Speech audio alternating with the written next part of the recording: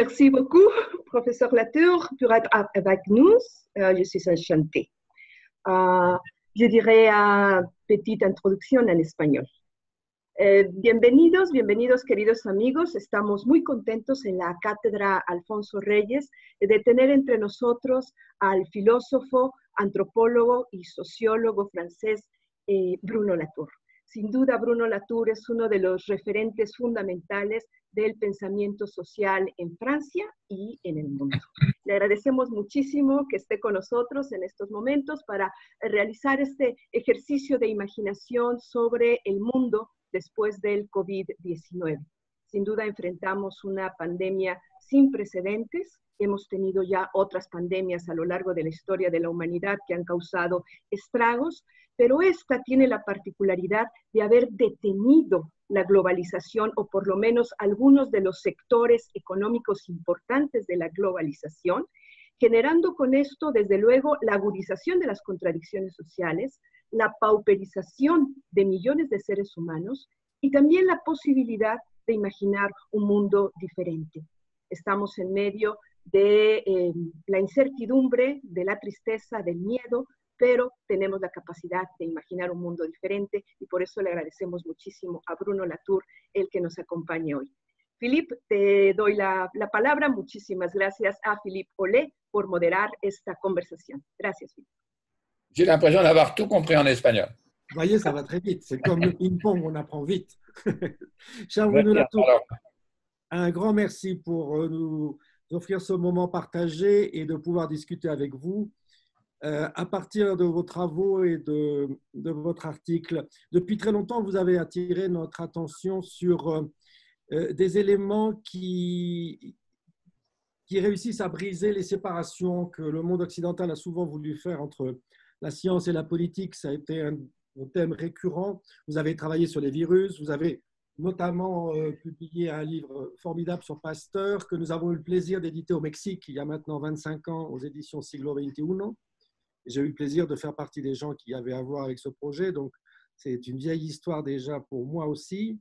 J'aurais envie de vous demander si ce nouveau virus, cette pandémie et surtout ses conséquences sur notre vie est quelque chose que vous reliez à vos travaux antérieurs, c'est-à-dire vous avez là l'illustration de beaucoup de choses que vous avez déjà formulées auparavant, il y a donc bien des années. Vous savez, tous les gens qui sont reclus chez eux utilisent les outils qui sont à leur disposition pour essayer de comprendre ce qui se passe. Chacun navigue un peu à vue, en quelque sorte. Et c'est clair que je n'ai pas été surpris par le fait que les relations sociales, la notion même de gestes barrières, l'idée de distanciation sociale se répandent à une vitesse extraordinaire et modifient la façon dont on considère le collectif humain. Parce que ça, c'est vraiment ce que j'avais étudié dans le cas de la découverte de la guerre et de la paix des microbes du temps de Pasteur, de Koch, de Metchnikoff, etc. Donc, cette partie-là, disons, est assez classique. De même, est assez classique le fait que l'État soit chargé de la protection du public, que ce soit au Mexique, aux États-Unis, ça c'est plus ou moins bien, mais en France ou à Taïwan. Donc, l'attribution à l'État des tâches de gérer la population, de ce qu'on appelle le biopouvoir, ça c'est classique. Mais évidemment, la nouveauté stupéfiante, c'est la rapidité avec laquelle le virus s'est répandu et le fait que ça soit au Mexique, en Inde, en France ou en Estonie, en 3 mois,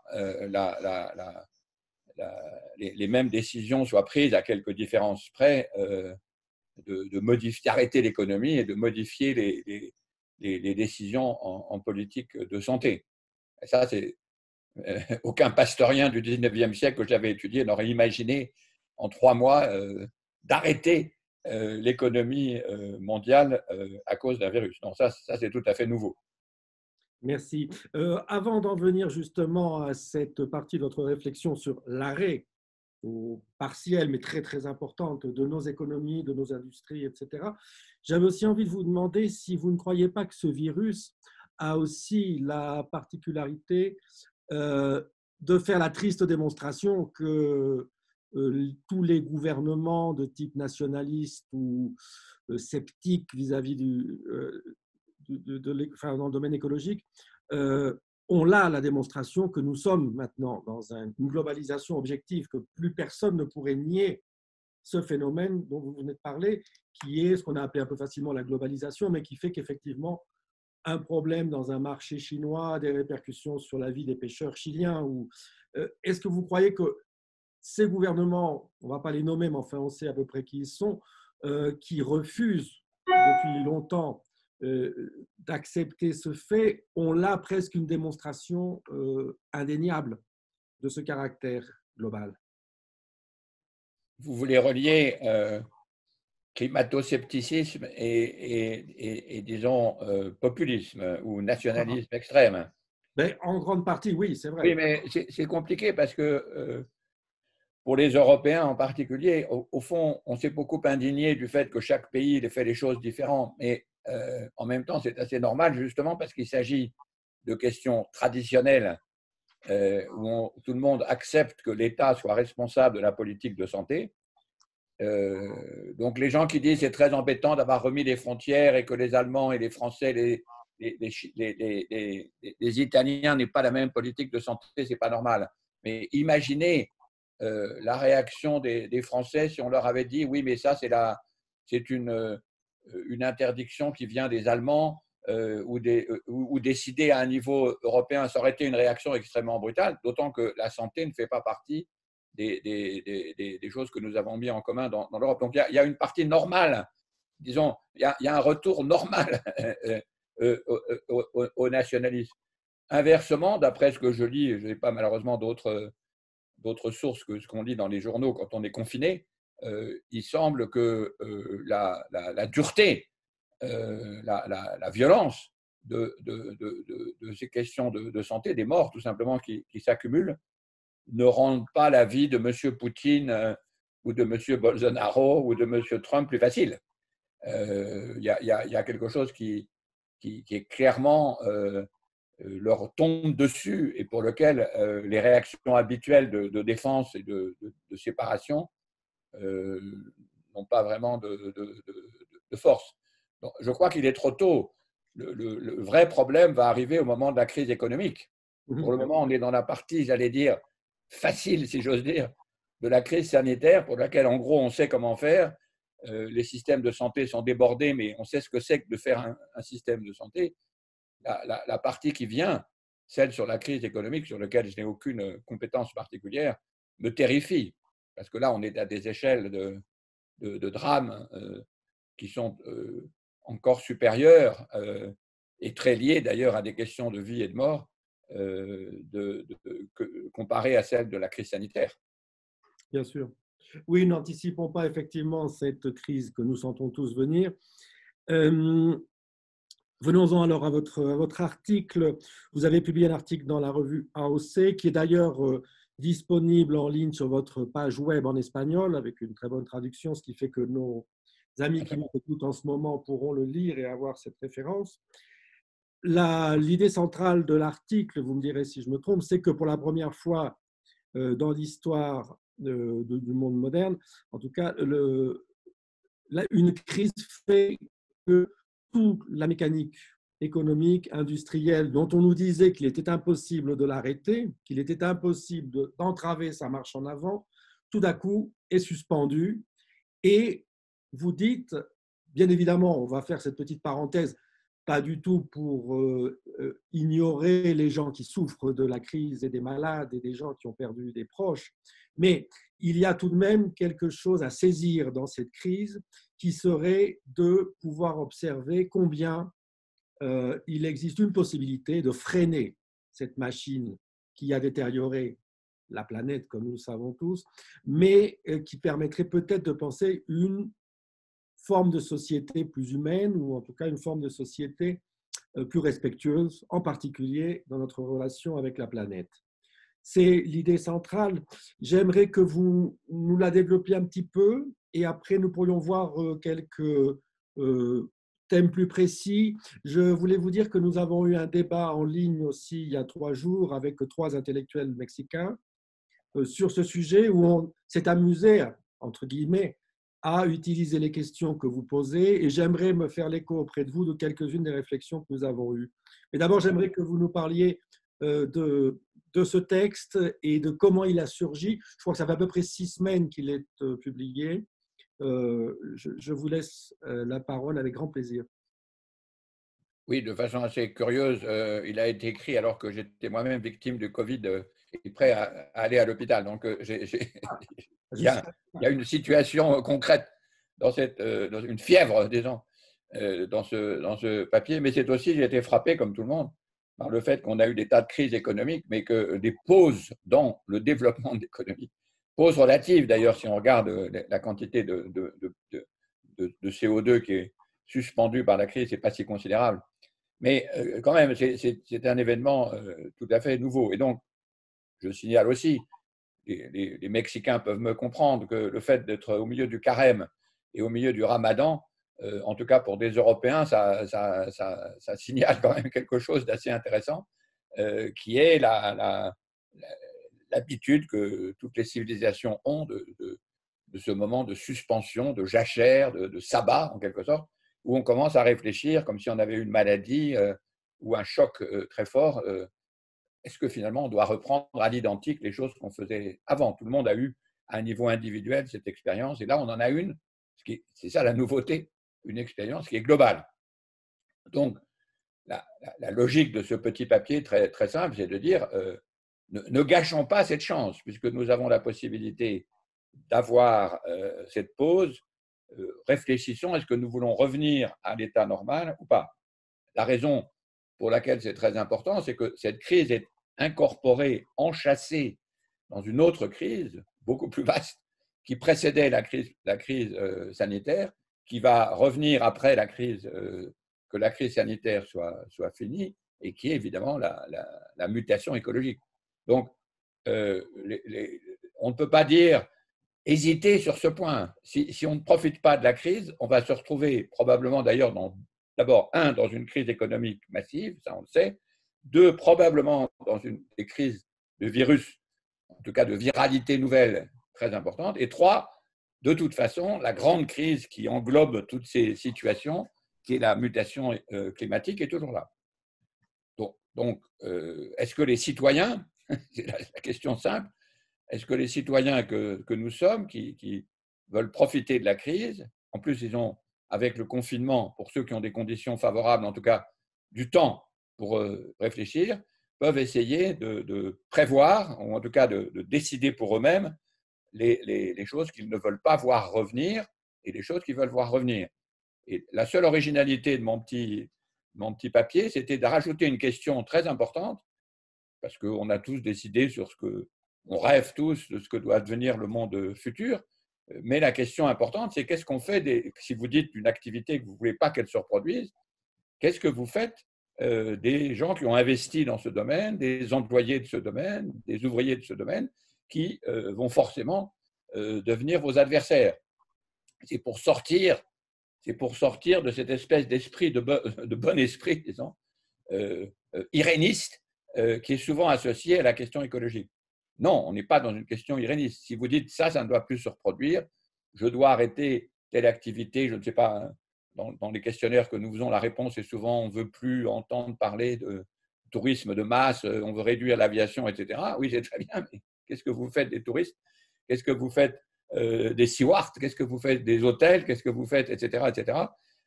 Et il serait extraordinairement faux politiquement de vouloir rêver de changement sans savoir comment vous allez obtenir la transformation. Donc, comme il y a un moment de suspens, une espèce de sabbat, ramadan, carême forcé, profitons-en pour essayer d'aborder ces questions et de nous redonner un pouvoir, empowerment, comme on dit en anglais, en disant ben non, finalement, ça je ne veux plus, ça je recommence, etc. etc. Justement, vous avez fait état de l'état des choses avant la pandémie, avant notre enfermement.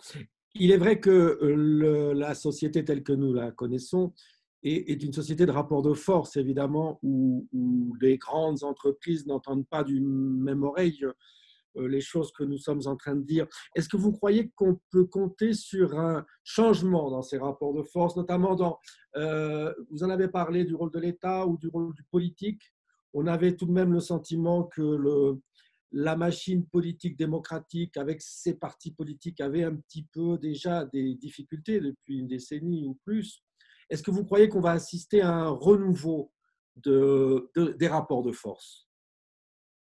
D'abord, ce qui est clair, c'est que il n'y a pas que les écologistes ou les gens de gauche qui pensent à ça. Il y a essentiellement, jusqu'ici, les gens qui veulent, au contraire, profiter de la crise pour se débarrasser de tout un tas de contraintes écologiques. Il y avait un article du New York Times ce matin qui le disait très clairement dans le cadre du gouvernement Trump. Et profiter de la crise, c'est le cas des GAFA, évidemment, pour se développer à une échelle encore très supérieure à celle qu'elle avait avant. Donc, ce n'est pas que nous qui profitons de la crise. La crise, elle est déjà en train d'être utilisée par une multitude d'entreprises qui sont fort bien placées et surtout, c'est la grande différence, qui savent exactement ce qu'elles veulent et sur quel bouton juridique, quel lobby il faut appuyer, alors que, disons, la mouvance écologique ou la mouvance citoyenne continue à rêver tout haut qu'il faudrait arrêter ceci ou cela. Le cas de l'aviation est frappant. Tous les gens qui répondent aux questions que je pose sont tous en train de dire qu'il faut se débarrasser de l'aviation, limiter, disons, l'aviation, mais la première chose qui a été faite aussi bien aux États-Unis qu'en Angleterre qu'en France, c'était de renforcer, je ne sais pas comment c'est le cas au Mexique, mais de renforcer les compagnies aériennes pour être sûr qu'elles se maintiennent exactement comme elles étaient avant. Donc, il y a là un vrai problème d'utiliser les opportunités. Et l'autre question que vous posez, c'est que les partis politiques ont disparu, ou du moins se sont tous atténués, faute précisément de prendre en charge la question écologique. Donc, il y a des partis écologiques, mais ce n'est pas de ça que j'en parle. Je parle des conditions d'existence qui permettent à une société de se développer et de prospérer. Comme cette question n'a pas été absorbée à l'intérieur des plateformes, disons, des partis politiques, alors que tout le monde sait bien dans sa tête que c'est des questions importantes, les partis, depuis les années 90, disons, en tout cas en Europe, tous les uns après les autres, se sont considérablement affaiblis, voire, comme en France, quasiment disparus. Donc, la reconstruction d'une vie politique avec des partis démocratiques, mais disons qui couvriraient l'ensemble du spectre et qui auraient absorbé la question écologique, encore une fois, ce n'est pas une question parmi d'autres, c'est la question de l'existence même du système à l'intérieur duquel nous nous trouvons. Ça va prendre du temps. Et mon argument dans ce petit article était juste de dire, oui, ça va prendre du temps, mais accélérons les choses. Ce n'est pas parce qu'on a perdu beaucoup de temps au XXe siècle sur cette question qu'il faut en perdre encore. Profitons de cette extraordinaire chance de la catastrophique, mais tragique, disons, cette chance tragique, je ne sais pas comment dire, pour utiliser au maximum cette crise et accélérer cette prise de conscience et peut-être dans l'avenir reconstruire des partis comme on avait autrefois des partis socialistes, communistes, sociodémocrates, etc., qui se organisent et permettent de s'orienter dans la vie politique. C'était l'argument un peu de où atterrir. Tout à fait. On a aussi le sentiment, pour en terminer, disons, avec cette partie un peu d'organisation de type politique, qu'on a envie, comme dans le conte d'Andersen, de dire que le roi est nu, c'est-à-dire que d'un seul coup, on découvre ce que vous dites dans votre article, qui est qu'on peut mettre un frein, contrairement aux idées reçues, à une activité industrielle et économique intense, qui était celle que nous connaissions jusqu'à une date récente, et qu'on a presque là affaire à une démonstration, c'est ce que, comme vous l'entendez, que vous faites, je crois, il y a une image très, très belle que vous dites, quand on veut donner un coup de volant, il faut d'abord ralentir et après on peut changer de direction, ce qui serait un petit peu le cas de ce que nous sommes en train de vivre, si j'ai bien compris votre texte. Oui, sauf il y a deux personnes au volant. Il y a celui qui veut tourner pour aller vers ce que j'appelle le terrestre et profiter du ralentissement, mais il y a ceux aussi qui veulent aller utiliser le même volant pour tourner encore plus vite et se défaire justement encore plus rapidement des contraintes imposées par la crise écologique. Donc, pour le moment, je crois qu'il faut être assez pessimiste sur la réalité de ce qui va se passer. Je ne me fais pas trop d'illusions. Mais en même temps, je pense que c'est essentiel de faire un acte de foi dans la capacité citoyenne, disons, et disons, au moins, ne perdons pas cette crise. Don't spoil a good crisis. C'est une expression anglaise qui est fort utile. Absolument. J'aimerais vous poser la question qui n'est pas une question vicieuse, mais c'est une question qui m'est venue en lisant notamment les questions qui sont à la fin de votre article auquel vous nous invitez à répondre. Nous avons la possibilité effectivement d'avoir des micro-stratégies à l'échelle individuelle. Demain, je peux ne pas utiliser de voiture ou je peux voyager 3 fois plutôt que 5. Enfin, on a tous la possibilité de participer à un effort, à prendre une direction. Comment pensez-vous qu'on peut passer de ces micro-stratégies à une macro-stratégie? Je veux dire, comment, de ces efforts individuels, on pourrait arriver à un mouvement collectif? Ça, il se trouve que toute la sociologie que je développe depuis 40 ans a pour but de remettre en cause le rapport entre ce niveau, comme on dit en sociologie, individuel et ce niveau collectif. Donc, je ne suis pas trop intéressé par l'opposition entre les deux. Et de nouveau, j'ai avec le virus une assez jolie démonstration, puisque par définition, ce virus, que je sache, n'est pas passé par un niveau de structure. Il n'a pas occupé un appareil d'État, il n'est pas passé par des instances supérieures, il est passé absolument exclusivement de bouche à bouche. Et si nous étions reliés face à face, j'envoie mes microbes, je ne suis plus contagieux, ceci dit, mais j'envoie mes microbes sur l'écran et pas sur vous, mais je le ferais si j'étais en face de vous dans une situation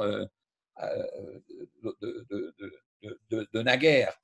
Donc, le virus, de nouveau, comme on le disait tout à l'heure avec la question concernant sa capacité à globaliser, montre que l'opposition entre, disons, les actes individuels et le collectif est au contraire, précisément dans ces cas de contamination, tout à fait inexact. Et que je ne connais pas de mouvement politique qui n'ait pas, par définition, commencé de proche en proche par des activistes, des organisations militantes et qui se soient constitués en collectif. Il n'y a pas dans la société, même si on la considère de la façon la plus bourdieusienne, disons, une échelle structurale qui nous tomberait dessus de l'extérieur et qui nous empêcherait d'agir. En revanche, l'action individuelle, elle est très difficile. Je m'en suis aperçu tout à l'heure.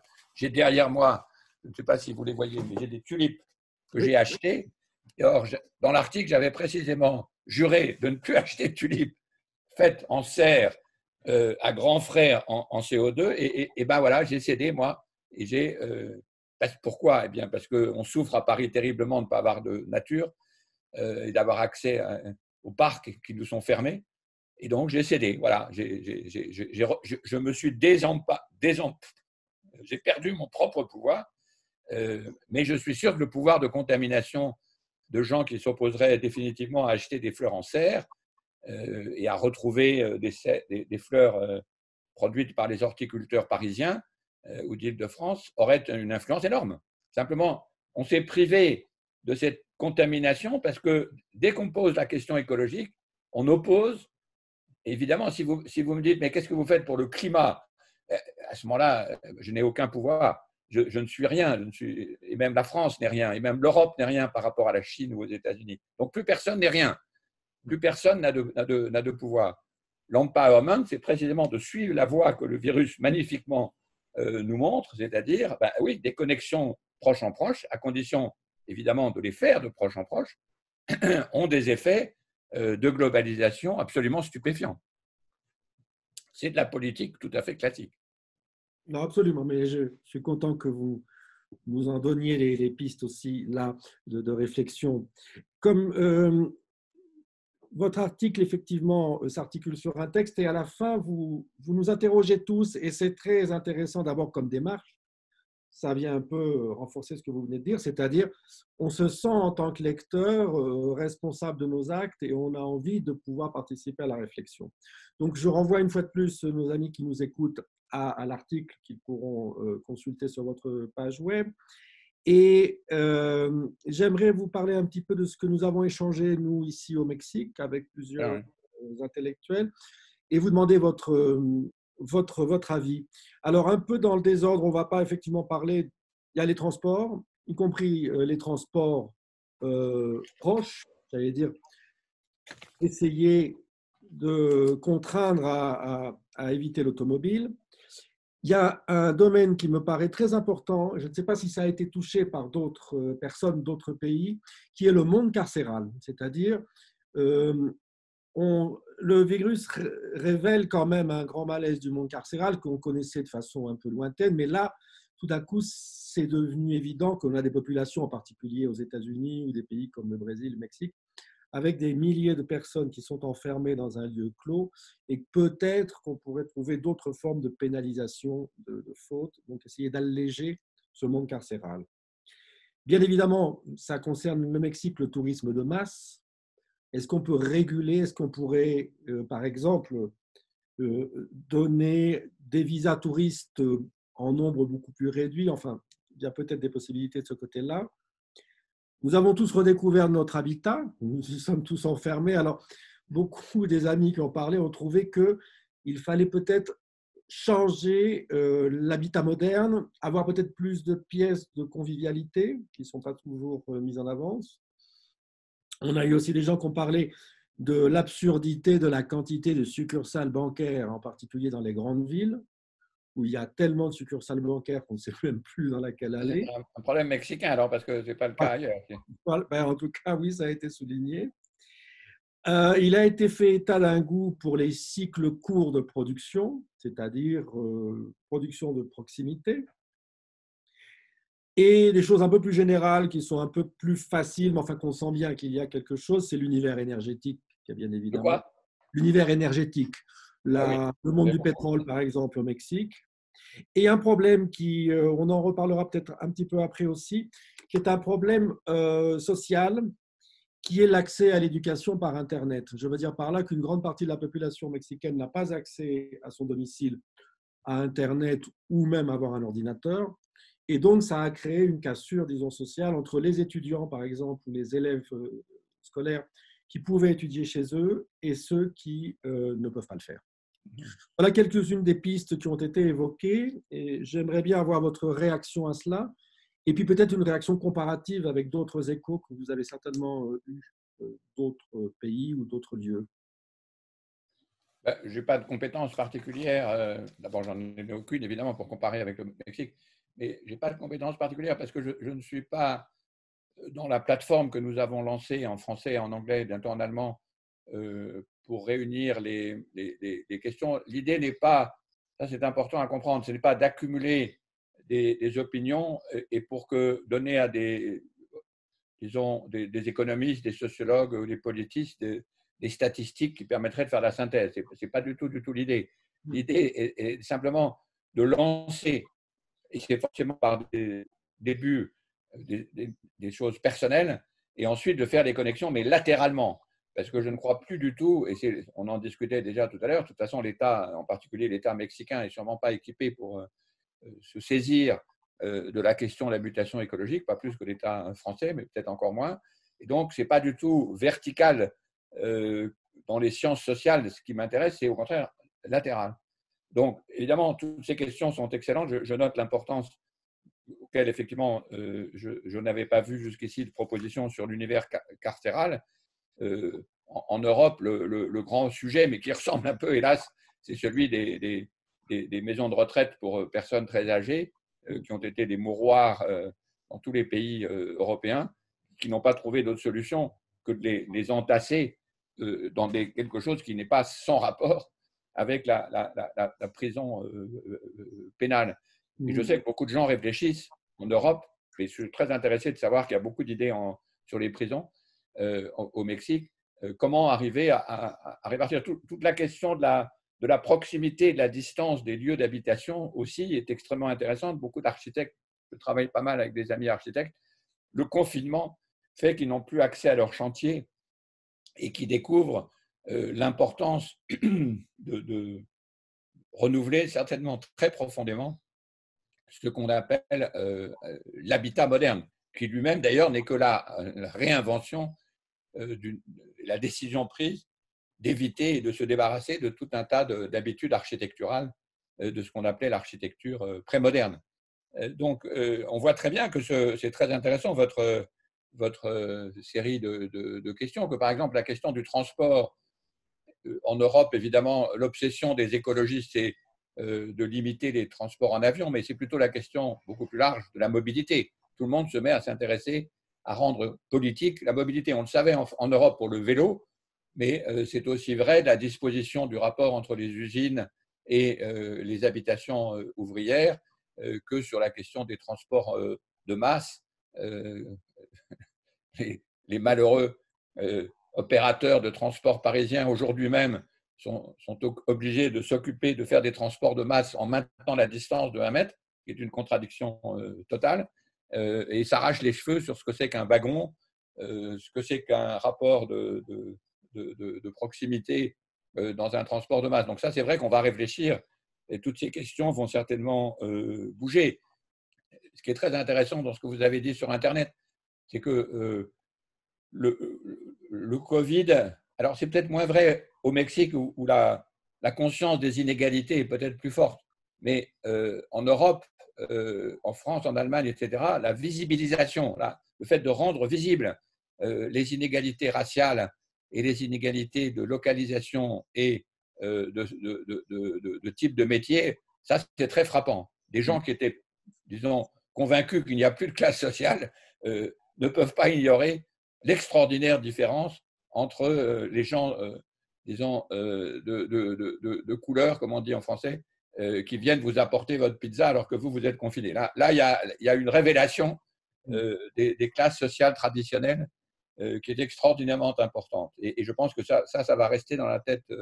C'est une des grandes leçons du Covid. Donc, ce qui est intéressant dans tous ces cas, ils sont intéressants à comparer peut-être de pays en pays, mais ce qui est intéressant, et c'est la question que je voudrais vous poser, c'est les gens qui ont lancé ces questions, par exemple sur les prisons, sur les dentistes, sur Internet, comment est-ce qu'ils se lient entre eux?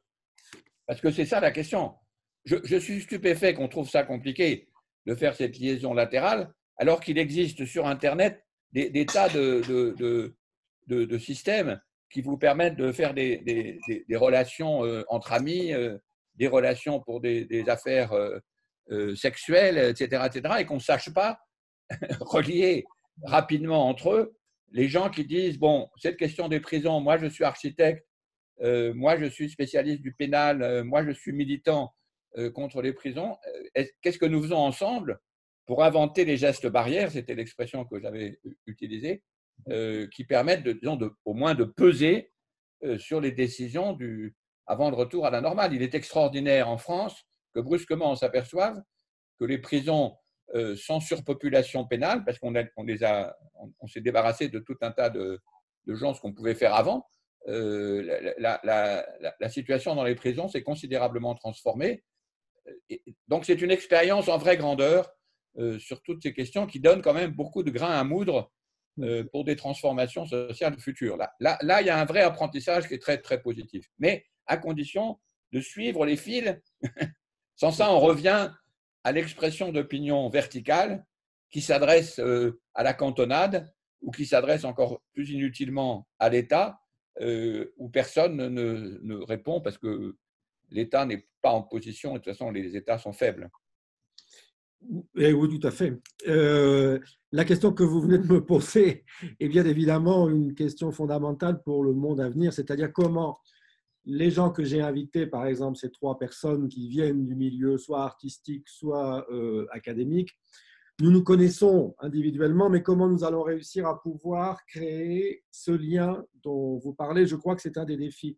Vous avez raison, on peut faire des groupes de WhatsApp, on peut se retrouver à très nombreux, on le voit même avec ces appareils que nous utilisons maintenant. Nous pouvons avoir des débats et nous avons une caisse de résonance assez importante puisque le monde intellectuel ou artistique mexicain a accès aux journaux, on peut toujours publier, on peut effectivement avoir une présence publique importante.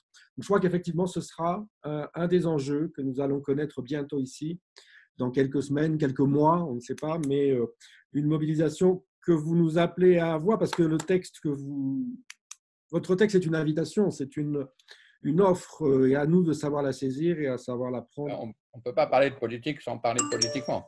Voilà, exactement. Ça ne sert à rien. C'est juste pour commenter, ça n'a pas d'importance. Mais je voudrais signaler là un point important, c'est que le numérique, ce n'est pas par hasard qu'on s'intéresse aux GAFA comme les vainqueurs de la situation. C'est que le numérique a une grande perversité de faire semblant de réunir des gens alors qu'il ne les réunit pas.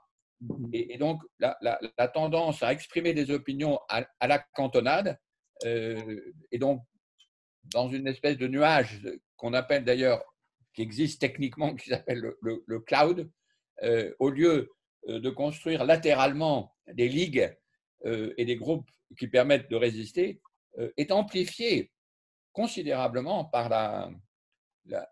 l'alignement, disons, des Twitter et des Facebook, etc. Il y a quelque chose de très délétère pour la politique dans ces systèmes qui, par ailleurs, permettent d'avoir le plaisir de discuter avec vous, etc., etc.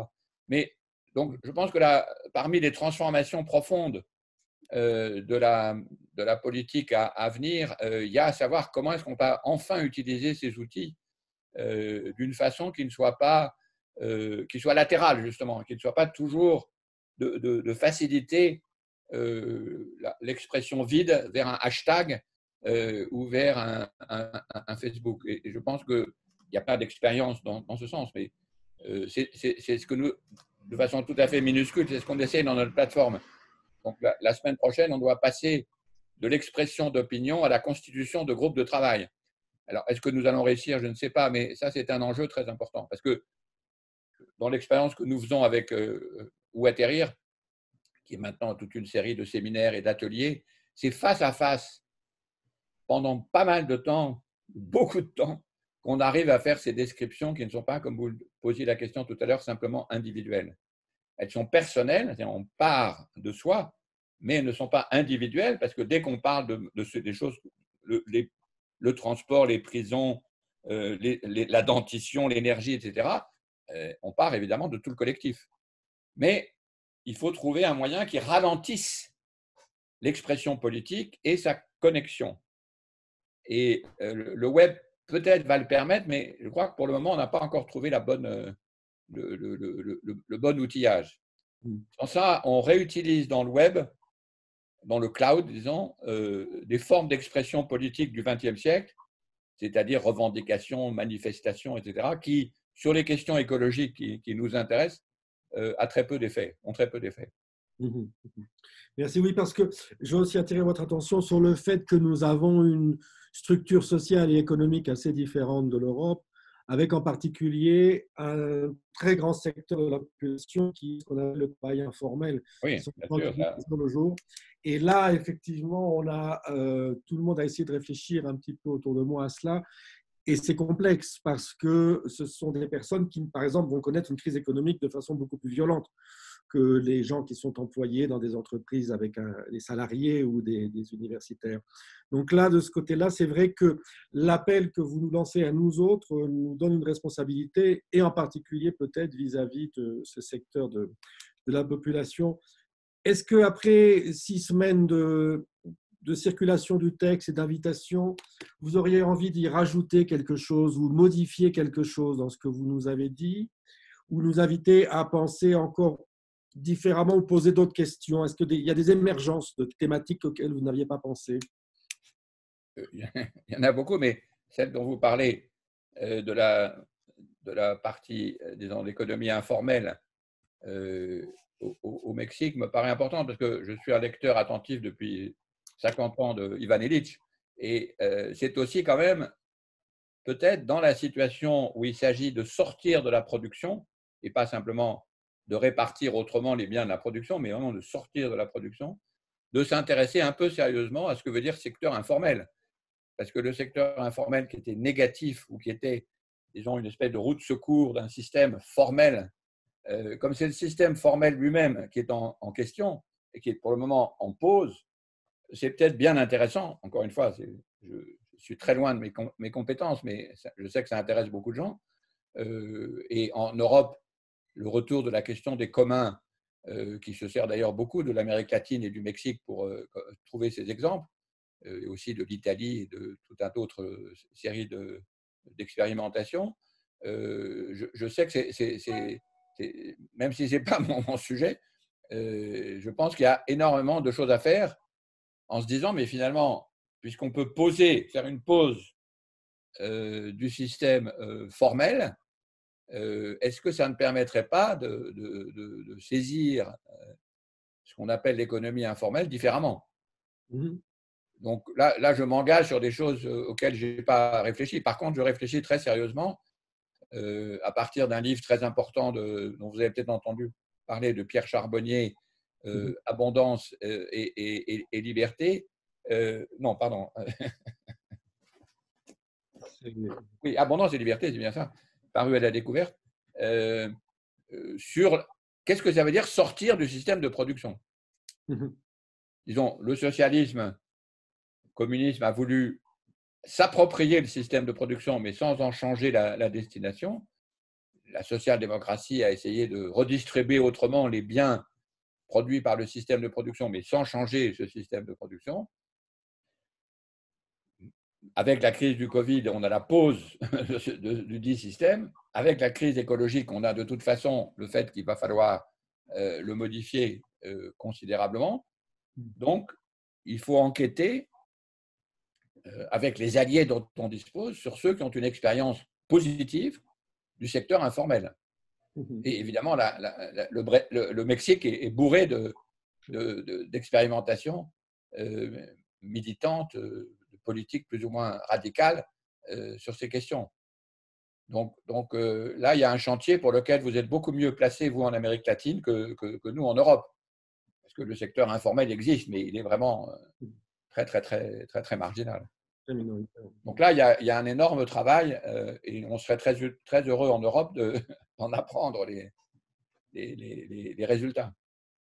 Et ce sera avec grand plaisir que nous pourrons continuer à échanger par mail ou autre. Est-ce que vous aimeriez juste nous donner quelques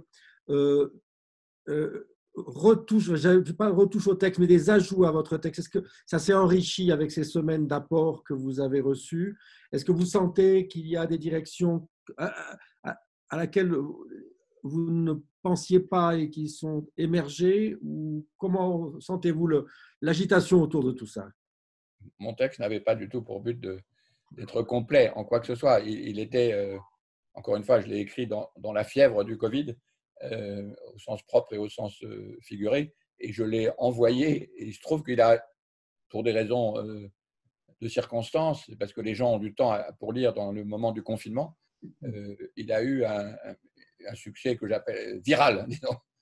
Mais il s'agit juste d'un tout petit élément dans un travail plus fondamental que là je poursuis depuis des années, qui est d'essayer de rendre la politique écologique enfin sérieuse, si j'ose dire, et non pas simplement une morale rêveuse d'un monde différent, ce qui quand même malheureusement reste en place à cause, en partie, mais ça c'est un autre thème, une de mes obsessions, de l'idée pédagogique finalement que se font les écologistes. Je parle des écologistes politiques, n'est-ce pas? Et je travaille dans une exposition qui devait ouvrir aujourd'hui d'ailleurs, mais qui a été reportée qui est une exposition qui s'appelle Zone critique, qui va ouvrir un jour, mais qui va ouvrir, je ne sais quand, qui porte précisément sur cette question, c'est-à-dire pour être sérieusement écologiste et pour commencer à comprendre de quoi il s'agit, il faut changer la forme même disons, le territoire sur lequel les questions politiques se posent. Et ça, c'est le grand travail, disons, à l'intérieur duquel le petit article dont vous parlez de AOC n'était qu'un élément de mobilisation. Mais je pense qu'il a été utile. Il a été utile aussi parce qu'il m'a permis de faire votre connaissance des visu. Et parce que, encore une fois, l'avenir n'est pas joué. C'est probable qu'on va revenir à la situation que les GAFA vont gagner, que les compagnies aériennes vont repartir, qu'on va recommencer ces immenses paquebots de croisière géants malgré tout, et que dans un an ou deux, on aura oublié le Covid comme on a oublié la grippe de Hong Kong en 1968, 1969. Mais en même temps, ce n'est pas le boulot des intellectuels de courir avec le flot. Le boulot des intellectuels, c'est de placer des actes de foi dans les capacités de l'intelligence et de la société. Oui, justement, comme dernière question, c'était une question un peu vicieuse, mais qui est, si l'on observe les crises économiques, industrielles que nous avons pu voir en particulier au XXe siècle, on a l'impression que cette machine industrielle et économique a parfois besoin des crises pour mieux s'adapter, rebondir et continuer à trouver son rythme. Est-ce que vous croyez que cette crise que nous traversons, qui une fois de plus est unique jusqu'à présent, aura des conséquences uniques? C'est-à-dire, est-ce qu'on peut imaginer que la nature même de cette crise, cette pause économique et industrielle dont vous parlez, vont faire que nous devrons avoir une adaptation nécessaire, comme cela s'est passé peut-être à d'autres crises auparavant ou pas? Je suis incapable de le dire, mais la question même de savoir quelle est la taille de cette crise. Alors, je ne sais pas du tout au Mexique à quoi vous arriveriez. Donc, nous, les gens de ma génération, on a, je ne sais pas, la crise mai 68, par exemple, mais ça, c'est très local. On a la crise du sida, qui ressemble quand même beaucoup, parce que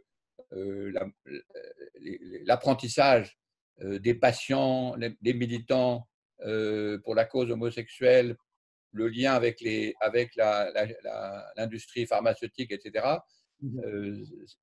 ça a constitué un ensemble de savoirs nouveaux très important. Donc ça ressemble un peu comme crise, mais en même temps, c'était quand même local. Donc, en cherchant quelle est la crise de la même taille, moi, je tombe sur les guerres mondiales, mais ça n'a peut-être pas autant de sens que ça au Mexique. C'est-à-dire, il y a quelque chose de mondial dans cette prolifération de réactions de tous les pays. C'est quand même extraordinaire que l'Inde, le Pakistan soient confinés aussi bien que le Mexique ou l'Angleterre. Là, il y a quelque chose de mondial. Est-ce que ça fait coupure dans les procédures? C'est évident, si vous prenez la guerre mondiale, la dernière guerre mondiale, il n'y a pas un élément de l'économie, de l'industrie, de la technologie qui soit pareil. Mais ça, ce n'est pas des choses qu'on peut anticiper. Pour le moment, disons, vu de mon petit point de vue européen, la production intellectuelle savante, disons, sur la crise sanitaire est de très bonne qualité, je trouve. On a énormément appris, aussi bien dans les journaux. Les journaux, enfin, je ne sais pas comment c'est au Mexique, je ne dis pas espagnol malheureusement, mais les journaux, pour ceux que je lis en Angleterre, en Allemagne, en France et en Angleterre, ont fait un boulot remarquable d'élaboration, disons, de la situation intellectuelle.